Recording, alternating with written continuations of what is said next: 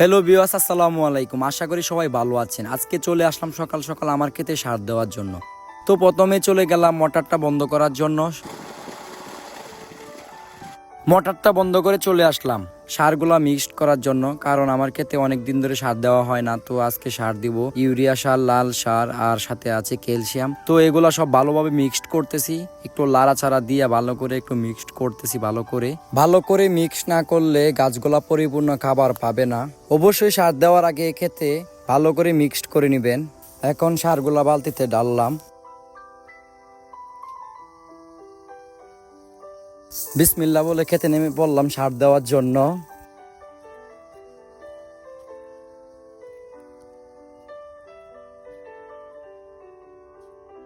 ভালো করে ধান খেতে সারগুলা ছিটিয়ে দিচ্ছি।